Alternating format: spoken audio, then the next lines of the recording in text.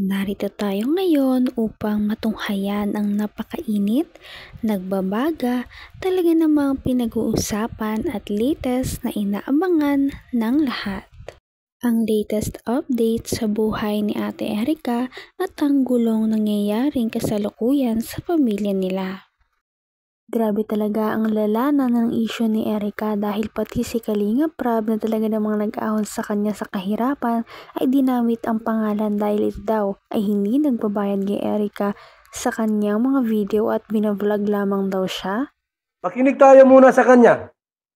Nanay ng dating beneficiaries ni Kalinga Prab, ipinahiya si Kalinga Prab Bakit? at sinabing walang natanggap na pera kahit piso. Oh?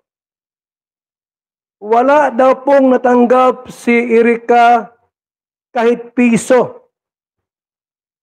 Ay hindi maganda yan, Kalinga Prab. Kuripot, dapat pagka nag-vlog ka ng isang tao po, kinokontent mo yung tao, dapat kahit malamang pang tinatinapay, pang soft drinks, magbigay naman kayo. Wala daw pong natanggap yung anak kahit piso ni Singkong Duling. So, yan po yung ating pag-uusapan po mamaya mga Kalinga. Pero bago po natin ipagpatuloy ang video ito, sa mga bago pa lang po sa aking muntik channel, huwag po natin kalimutang suportahan ang ama ng Kalingap, Kuya Val Santos Kasali. Matubang at Kalinga Prab. At paunawa po muna ang full video bago mag-comment para malaman ang nilalaman nito. So, dito nga po mga Kalingap, alam naman po natin na matagal na nga pong hindi po beneficiaries ni Kalinga Prab itong si Inga po, At napag-alaman po natin na yung dating tumutulong nga po sa kanila ay nagkagulo-gulo na po sila, Kumbaga nagkakalabasan na po sila ng mga baho nga po. At ngayon po ay talagang hanggang ngayon idinadawit pa rin po itong si Kalinga Prab sa kanilang kaguluhan nga po. Maging ang nanay nga po nitong si I ay talagang ipinapahiya nga po itong si Kalinga Prab at sinasabi nga po na wala daw po silang natatanggap na pera. Wala, dito kay Kalinga Prab. Totoo ba yan? Yan ang tanong ko po, mga kaibigan. Totoo ba na walang natatanggap itong anak ni Gina Sorita mula kay Kalinga Prab na pera o kahit Singkong Duling? Tuloy natin. Kahit piso. Ito po mga Kalingap, pakinggan po muna natin ang maikling video clip bago po natin ipagpatuloy ang reaction na ito. Okay, tuloy mo lang. Wala po kami nakawakan ng pera dyan kay Rap. Kahit piso. Si Erica. Wala po. Wala daw pong natatanggap ni Singko si Erica mula kay Kalinga Prab. Nay Gina, ayan nyo po, Nay Gina, pupuntahan kita dyan. Huwag kang mag-alala, kampi mo ang batas. Napakalaki nga ng pinintang nila kay Kalinga Prab na talaga namang nag-ahon kay Erica sa kahirapan dahil ito daw ay hindi nagbayad kay Erica ng kahit piso sa ilang mga vlog nito at pinagkakakitaan lamang daw si Erica at sinabihan pa na dahil parang mukha daw itong pera at binavlog naman si Erica para magkaroon ng pera. Val Santos Matubang, didipahan kita. Kung mayroon kang problema kahit kanino, akong bahala sa'yo. Nay Gina, salamat to sa taong nag-text sa atin Ang sabi sa akin, puntahan daw kita dyan. Pakisin daw yung address niya. At ako po ay nahabag po mga kaibigan. Ayaw ko ng ganong klaseng vlogger, kung anong vlogger man yan. Mga power people pa naman kayo, mga charity vlogger kayo. Wala kayong binibigay sa inyong mga tinutulungan. Anong tawag dyan? Pang-i-scam yan. Tuloy natin. Wala po kami nahingi. Wala po nabili po yan kay Erica. Wala. Wala pong binibigay itong Kalinga Prab na ito kay Erica. Grabe yan. Di pwedeng ganyan mga kaibigan. Di pwedeng ganon. Nay Gina! Pag-uwi ko ng galing Naga, puntahan kita dyan Magkwentuhan tayo. Sabihin mo sa akin lahat. Lahat ng mga ginawa nyo dyan, ginawa nila sa inyo Sino yung mga yan? Mga vlogger na yan. Kasama daw si Dr. Love dyan. Abay, kasama rin po yung, mayroon ng Indiano dyan na vlogger. Ayan mo, pupuntahan kita dyan. Pag uwi ko galing Naga. So ayan po mga kalingap, narinig po natin at maliwanag pa po sa sikat ng araw ang sinabi nga po ng nanay ni E at sinasabing nga wala daw po silang natanggap nga Wala. po dito kay Kalingap Rab na pera kahit piso.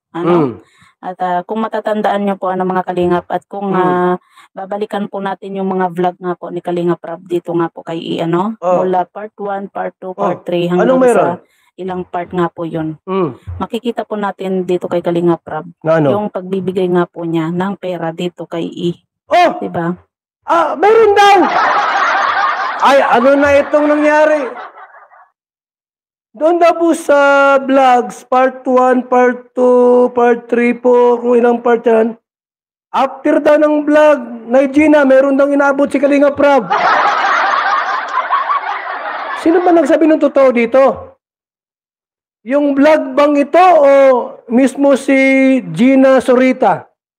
Nay, puntahan kita dyan. Nay, gusto kong linawin lang ito Talaga namang napagbintangan pa si Kalingap Rab na nangi-scam daw at pinagkakakitaan lamang si Ate Erica sa kanyang mga vlogs dahil hindi niya daw ito talaga binabayaran.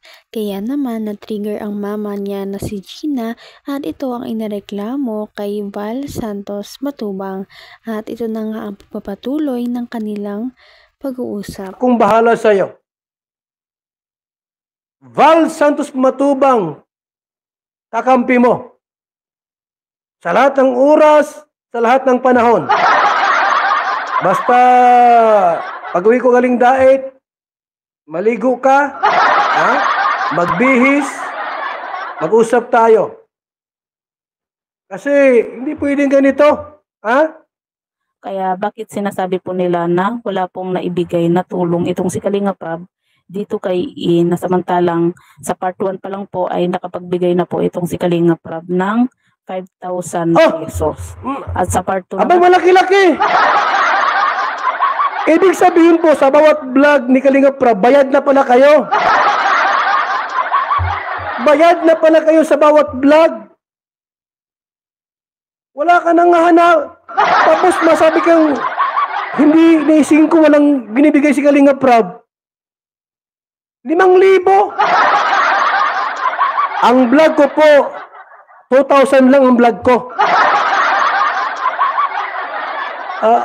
Ay, mag-usap tayo dyan. Naman po ay nagbigay din po itong si Kalingap Rab ng 4,000 pesos. May 4,000 pa. Sa part 3 at part 4 nga po. Pero yun nga po ang mga Kalingap sa part 3 at saka sa part 4. Ibig sabihin po mga kaibigan, mga Kalingap, kapag i-vlog ka ng isang vlogger at binayaran ka ng 5,000, 4,000, 3,000 o 1,000, bayad ka na. Huwag ka na maghanap pa ng anumang tulong. Bayad na.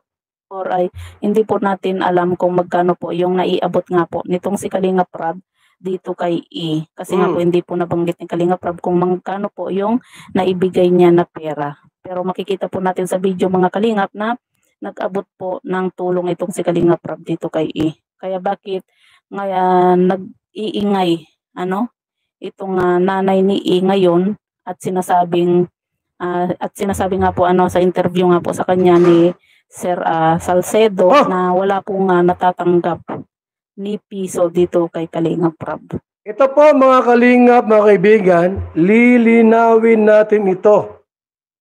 Handa akong tumulong kay Gina Sorita. Handa po akong tumulong. Puntahan ko siya sa bahay nila para mag-usap kami, ano yung mga hinaing niya. Grabe talaga ang mga revelasyong nalaman natin sa video na ito. Ano na kaya ang mangyayari sa pamilya ni Ate Erica? At hanggang dito na lamang muna magtatapos ang ating napakainit, nagbabaga at pinakainaabangan na latest issue ni Ate Erica. At yan ay pagpapatuloy natin sa ating mga susunod na video. Hanggang sa muli, maraming salamat sa panonood. Bye!